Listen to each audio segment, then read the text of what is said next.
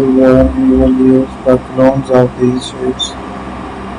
In Photoshop, you can get an idea and scales tools as well to get a great structure, designs, shapes as well.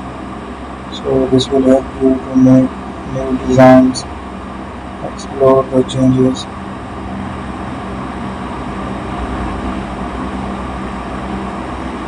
We will try to make the designs regularly. We will apply the similar designs here. Use the eraser tool into the selected part of that shape.